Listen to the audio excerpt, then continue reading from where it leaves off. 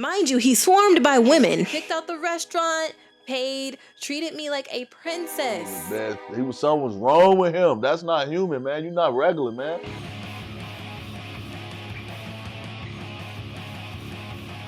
Okay, guys. The time has finally come. I know months ago I said I was gonna make this video, and recently I said it again, but now I'm finally ready to talk about it and put it together. This is actually a suppressed memory of mine, but for the content of the channel, and I did say that I would make this video, I will spill this. So this is a story of my ex-boyfriend, my first and only Japanese boyfriend. And I don't want to expose my ex's name. I damn near actually forgot his name. So in this story, we're just gonna call him Kento. So when I first moved to Japan, and if you haven't already, go check out my first video, motherfucker.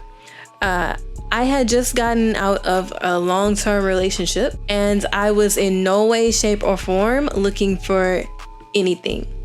When I got here, it was springtime, and I was like, okay, how can I start work? How can I build a life here? How can I build some networking connections? I wanted to build my own life. But as months went on, I realized I wanted to get over my ex even more. Like at that time, I didn't want him to be the last guy that I was with. I wanted to just mentally and physically check out from him. I feel like breakups hit harder when you're younger. And honestly, when I looked around, nobody was physically my type. Just tall, overly hairy bozo foreigners or Japanese men. Now, I'm gonna let you know, coming into Japan, like I said, I did not come in with the agenda of dating, and part of that was because, and I'm sorry to say this, but I just was not ever attracted to Japanese men.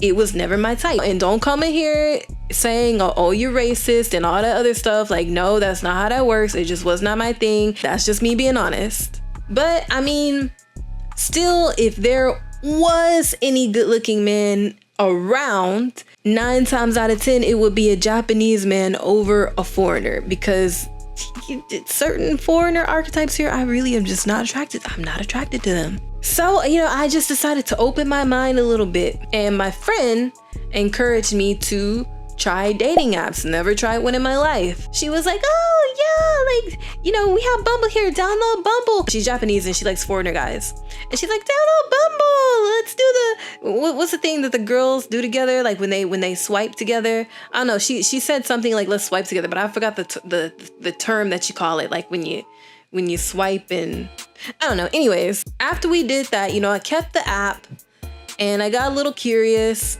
and I went on some dates. And horrendous ones. So bad. Dates so bad, I uninstalled the app before it could really even get started. Oh my gosh. Do not take me back to that place, YouTube.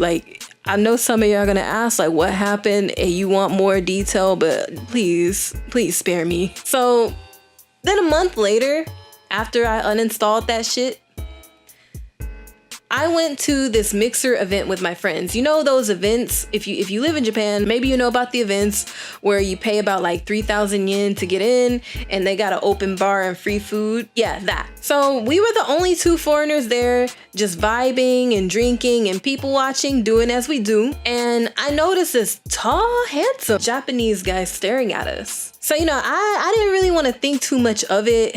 I was just like, oh, maybe he's just filling out the room. There's a lot of pretty women in this room and stuff like that. And he had some around him too. He was pretty swarmed by, I would say, 3 women, and I highly doubt he came. But he just really kept looking over in our direction, mine specifically. And then I told my friend, that move, turn around, don't make it obvious.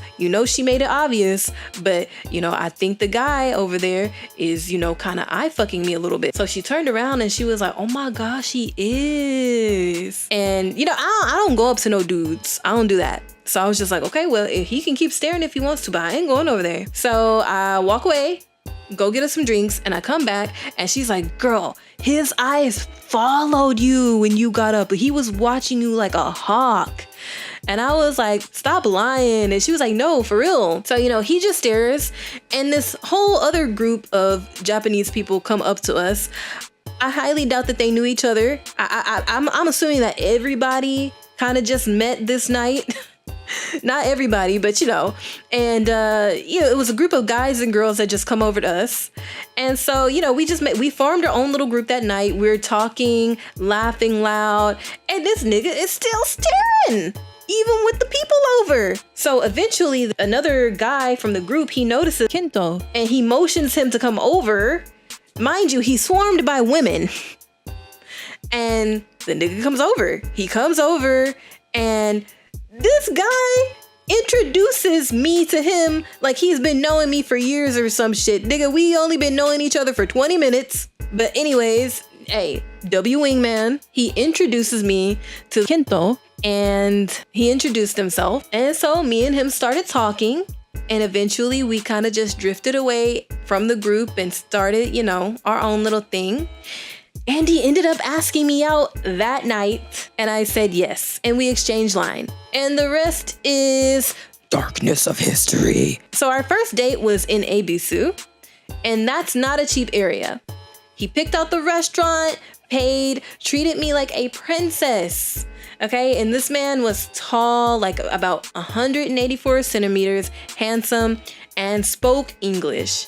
Because he lived in Australia for about I think he said 4 or 5 years, I can't remember. We switched between English and Japanese naturally, and he liked basketball. Check box. He checked a lot of boxes. So that night, after the dinner and karaoke, we take a walk, and we walked in this area of Ebisu where, it kind of looks like a castle. I don't know the name of this. I think it's like Yebisu something. Anyways, we take a walk and then we sit on the benches and then we're talking, laughing, and then he kisses me. And we were kissing for a while. And after that, he said, I've never felt this way before. You're so bright and bubbly, and it's been a while since I've been around this kind of energy. And then he asked me to be his girlfriend. The first date, he asked me to be his girlfriend. And guess what my dumb ass did? My common sense should have said, nah, Celeste, wait. You just got out of a relationship not too long ago. Slow down. You just met this man last week. Slow down. But guess what my dumb ass did? I said yes.